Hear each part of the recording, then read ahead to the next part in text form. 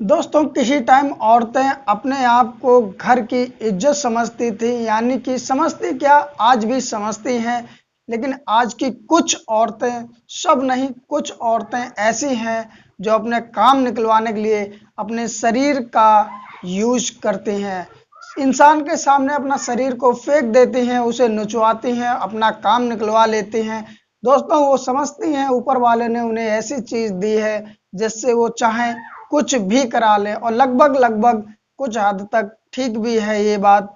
दोस्तों इसी प्रकार का एक कोर्ट में केस आया हुआ था, जहां पर अपने एक लड़का पिताजी की गुमशुदगी का केस करता है, जो कि अपने बड़े भाई और अपने पत्नी पर ही आरोप लगाता है कि मेरे पिता गुमशुदा है, इन्होंने ही कुछ किया है। और दोस्तों जब वहां पर सच्चाई जो निकल के आती, वो सच्चाई कुछ और ही होती है। नमस्कार दोस्तों, मेरा नाम है अजय श्रीवास्तव। दोस्तों मैं इस कहानी में आपको लेके चलूं, इससे पहले दोस्तों रोज की तरह कि प्लीज़ वीडियो बनाने में मेहनत लगती है, तो दोस्तों एक लाइक कर दिया करो और वीडियो को शेयर भी किया करो अपने दोस्तों के पास अगर अच्छी लगे तो। दोस्तों ये कहानी है गोवा की। गोवा में एक परिवार होता है। उस परिवार में मैरी पत्नी का नाम होता है, जोजस पति का नाम होता है, और उनके एक ससुर होते हैं मैरी का, जिसका नाम आदम होता है, और एक देवर होता है जिसका नाम इब्राहिम होता है। ये चार लोग रहते हैं। और दोस्तों ये एक गोवा में अच्छे बिजनेसमैन होते हैं, अच्छी मतलब रहन सहन इनका होता, पर्सनालिटी अच्छी होती, उठा बैठक जो होती है अच्छे लोगों में होती है। और जो देवर होता है वो कॉलेज में पढ़ता है, यानी कि इब्राहिम कॉलेज में पढ़ रहा होता है। दोस्तों जो आदम होते हैं और उनका लड़का जोजस होता है, ये दोनों बिजनेस करते हैं। अच्छी इनकी टेक्सटाइल कंपनी होती है, और भी इनके बिजनेस होते हैं, अच्छे पैसे वाले होते हैं। दोस्तों आराम से ये अपने मकान में रहा करते थे। और जो इब्राहिम होता है वो जाता है कॉलेज में पढ़ता है। कॉलेज में जब वो पढ़ रहा होता है तो उसमें एक अदा नाम की लड़की होती है। दोस्तों उससे इसको प्यार हो जाता है, संग जीने मरने की कस्में खाते हैं। और धीरे धीरे दोस्तों समय बीतने लगता है। समय बीतते बीतते इतना बीत जाता है कि एक समय जब आता है कि जो इब्राहिम होता है वो अदा से कहता है कि मैं तुम्हारे बिना जिंदा नहीं रह सकता हूँ, मैं तुमसे शादी करूंगा, तुम एक काम करो अपने घर वालों से बात कर लो। तो जो अदा होती है वो जानती है कि मैं एक गरीब परिवार से हूँ, और जो इब्राहिम है वो एक अच्छे परिवार से है। अदा इब्राहिम से कहती है कि क्या तुम्हारे घर वाले मानेंगे, मेरा जो रहन सहन है, मेरा जो घर है, मेरे जो मम्मी पापा हैं, बहुत छोटे से मिडिल क्लास फैमिली से आते हैं, और तुम लोग स्टैंडर्ड फैमिली से आते हो। जो इब्राहिम होता है वो कहता है जब मैंने तुमसे प्यार किया है तो तुम्हें मैं रखूंगा, मेरे घर वाले मानेंगे या नहीं मानेंगे ये सारा तुम मुझ पे छोड़ दो। दोस्तों अदा कहती ठीक है, और अदा कॉलेज के बाद जब अपने घर जाती है तो सारी बात अपने मम्मी पापा को बता देती है। कहती है कॉलेज में एक इब्राहिम नाम का लड़का है, और जो कि एक क्रिश्चियन फैमिली है उनकी, और मैं उससे प्यार करती हूँ, मेरे साथ ही कॉलेज में पढ़ता है। वो बताती है जो आदम बिजनेसमैन है उनका ही लड़का इब्राहिम है। तो दोस्तों जो अदा के पिताजी होते हैं वो चौंक जाते हैं और कहते हैं कि वो इतने हाई फाई क्लास फैमिली से हैं और हम तो एकदम लोअर फैमिली से हैं, क्या वो मानेंगे। तो अदा कहती वो इब्राहिम स्वयं जाने, इब्राहिम ने बोला है मैं मना लूंगा। तो जो अदा के पिताजी होते हैं वो सोचते हैं ठीक है, अगर इब्राहिम ने ऐसा बोला है, क्योंकि वो भी सोचते हैं कि मैंने तो गरीबी में अपनी ज़िंदगी काटी ही है, जो मेरी लड़की है वो अच्छे से सुखी से रहे, तो वो भी हाँ कर देते हैं। कहते हैं ठीक है तुम उसको घर पे बुला लाना। तो अदा कहती ठीक है, और अगले दिन जब अदा कॉलेज जाती है तो इब्राहिम को सारी बात बताती है कि पिताजी मान गए हैं, तुमको घर पे बुला रहे थे। इब्राहिम कॉलेज के बाद अदा के साथ में घर जाता है, और घर पे जब पहुंचता है तो देखता है बहुत छोटा सा घर होता है उनका, और उसी में वो रहते हैं। जो अदा के पिताजी होते हैं उनके एक जूते चप्पल की दुकान होती है, और अपना उसी से खाना खर्चा पूर्ति करते हैं, अपनी रोज़मर्रा की ज़िंदगी चलाते हैं। उसके बाद में अदा के जो पिताजी होते हैं वो कहते हैं इब्राहिम से कि ये बताओ तुम इतने बड़े बिजनेसमैन के बेटे हो, तुम्हारे घर वाले क्या मेरी बेटी को एक्सेप्ट करेंगे? इब्राहिम कहता है अगर मेरे पिताजी या भाई नहीं भी मानेंगे तो मैं और कहीं जाके रह लूँगा। तो अदा जी के पिताजी कहते तो मैं बिल्कुल भी शादी नहीं करूँगा, क्योंकि मैं चाहता हूँ मेरी बेटी अच्छी घर में जाए। तुम्हारे पिताजी क्यों नहीं मानेंगे? अगर नहीं, पहली बात तो मान जाए तो ठीक है, और नहीं माने तो जितनी भी प्रॉपर्टी है, जो घर मकान है, उसमें आधा हिस्सा तुम्हारा है और आधा तुम्हारे भाई का है। तुम अपना अलग हिस्सा करा लेना और उसमें रहने लग जाना। इब्राहिम होता है, उसके दिमाग में ये बात घर कर चुकी होती है। जो भी अदा के पिताजी ने कहा, यानी कि एक तरह से अदा के जो पिता होते हैं, थोड़ा बहुत वो अपनी बेटी के स्वार्थ में आने के बाद में इब्राहिम को भड़का देते हैं। दोस्तों, इब्राहिम कहता है कि मैं अब तुम्हारी लड़की से शादी करके अपने घर पे ही रहूँगा। उसके बाद में अदा के पिताजी मान जाते हैं, इब्राहिम से कह देते ठीक है, मैं तुमसे शादी कर दूंगा।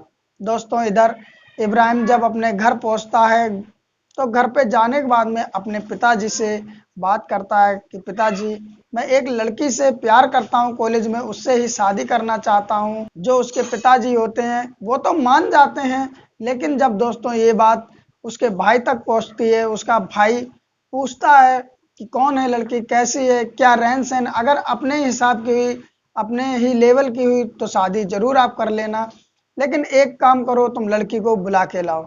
दोस्तों, इब्राहिम जब अदा को लाता है तो पिताजी जो उसके होते इब्राहिम के, वो देखते ही उसे पसंद कर लेते, क्योंकि दोस्तों वो बहुत ज़्यादा खूबसूरत थी और सुशील भी थी। दोस्तों, उसका भाई भी पसंद कर लेता, भाभी भी पसंद कर लेती है। लेकिन जब बात आती है रहन सहन की, जैसे ये सारा परिवार लड़की के घर पे दोबारा से पहुंचता है तो वो देखते हैं ये तो बहुत ज़्यादा नीचे लेवल के हैं, ये हमारी बराबरी की नहीं है।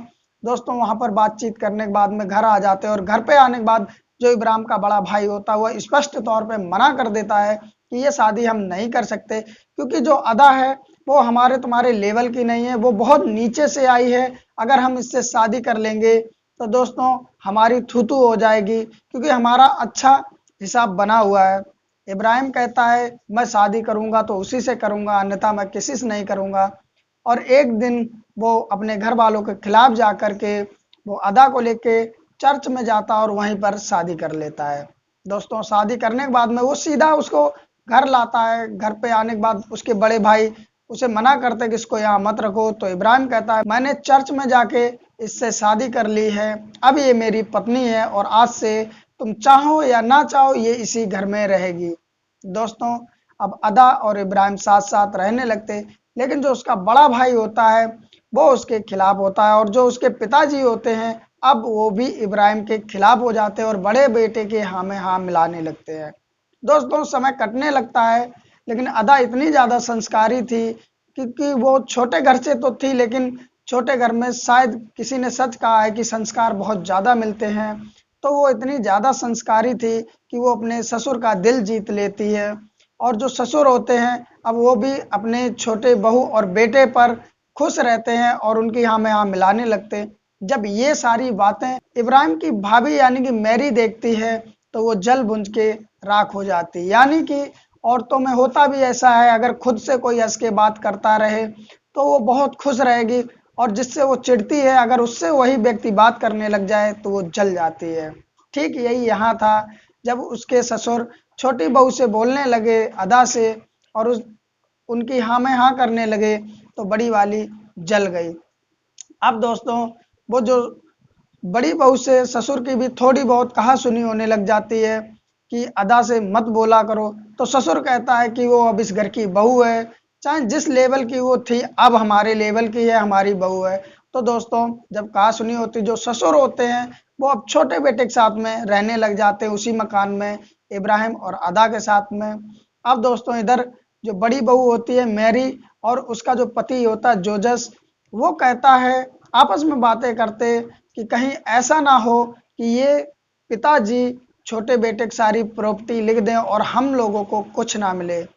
दोस्तों, अब मैरी एक प्लान बनाती है अपने पति के साथ में, और अब अपने ससुर पे ही डोरे डालना चालू कर देती है। एक दिन ससुर अंदर कमरे में बैठा होता है और जानबूझ करके छोटे छोटे कपड़े पहन के मैरी जाती है कमरे में, और कुछ हाथ में लिए होती, ससुर के सामने ही वो चीज़ गिरा देती है, और जैसे ही झुकती है उसका सारा सीना ससुर को चमक जाता है, यानी कि अब वो अलग अलग तरीके से ससुर को रिझाने लगती है और अपने जाल में फंसाने लगती है। लेकिन दोस्तों समय बीतता रहता है और ससुर को कुछ भी इस चीज का अंदाजा नहीं होता है, ससुर अनदेखी कर जाते हैं। लेकिन कब तक दोस्तों, एक समय ऐसा आता है कि जो इब्राहिम और मैरी थे वो हनीमून मनाने चले जाते हैं बाहर, 1 महीने की ट्रिप ले लेते हैं, वो बाहर कहीं घूमने चले जाते हैं। और अब इस घर में मैरी थी, उसका पति जोजस था और ससुर थे, सिर्फ 3 ही मेंबर बचे थे। तो दोस्तों एक दिन मैरी फिर अपना जाल ससुर पे फेंक देती है और अपने स्तन दिखाने के बाद में अब दोस्तों ससुर की भी नीयत डोल जाती। जो आदम नाम का ससुर होते उनकी नीयत डोल जाती है, वो भी मैरी के हाव भाव में फंस जाते हैं। अब दोस्तों प्यार भरी दोनों में बातें होने लगती हैं और बातें कमरे रूम से उठ करके सीधा बेड पे चली जाती है और दोस्तों उन दोनों के बीच में शारीरिक संबंध बन जाते हैं।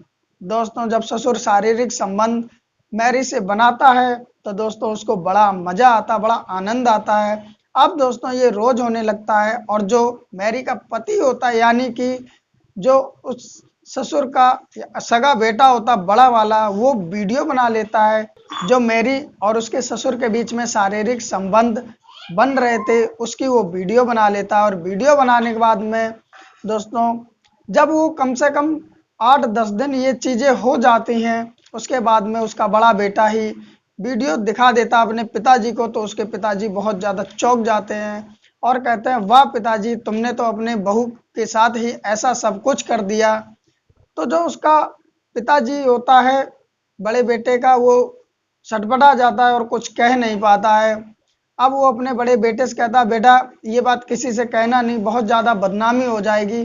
तो उसका बड़ा बेटा कहता है, हर चीज़ की एक कीमत होती, एक काम करो पिताजी, सारी प्रॉपर्टी मेरे नाम कर दो तो मैं किसी से नहीं कहूँगा, अन्यथा मैं ये वीडियो वायरल कर दूंगा और कह दूंगा जो यहाँ के नामी बिजनेसमैन हैं आदम, उन्होंने अपनी सगी बड़ी बहू का रेप किया है। तो इस तरह का जब मैं वीडियो वायरल करूंगा तो सोचो आपकी कितनी इज्जत बचेगी। दोस्तों ससुर के आगे मजबूरी होती है और एक दिन ये दोनों पति पत्नी मैरी और उसका पति जोजस प्रॉपर्टी के कागज लाते हैं और अपने ससुर से साइन करा लेते हैं।